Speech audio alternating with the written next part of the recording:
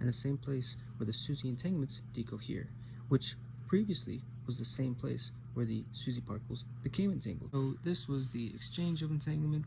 It's a quantum process. It happens at very fast speeds, very short distances, i.e. quantum fluctuations, and that space-time is basically always entangled, and we can measure and interact with standard particles. So we are only really seeing half of the entanglement system. Lastly, the exchange of entanglement is trying to describe what is happening in the space between particles, okay?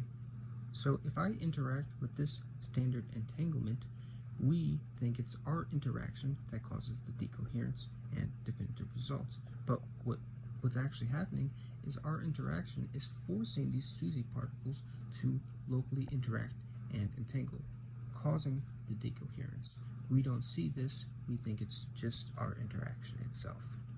And at the location in space-time where we entangle standard particles, in that location, the previous SUSY entanglement decoheres. Okay, so moving on, next we have persistent entanglement, which is gravity. The exchange of entanglement and persistent entanglement are two sides of the same coin. The exchange is to represent what happens in the space between particles, and persistent entanglement is to represent what happens in the space where that particle is. Now, gravity is an attractive force, okay?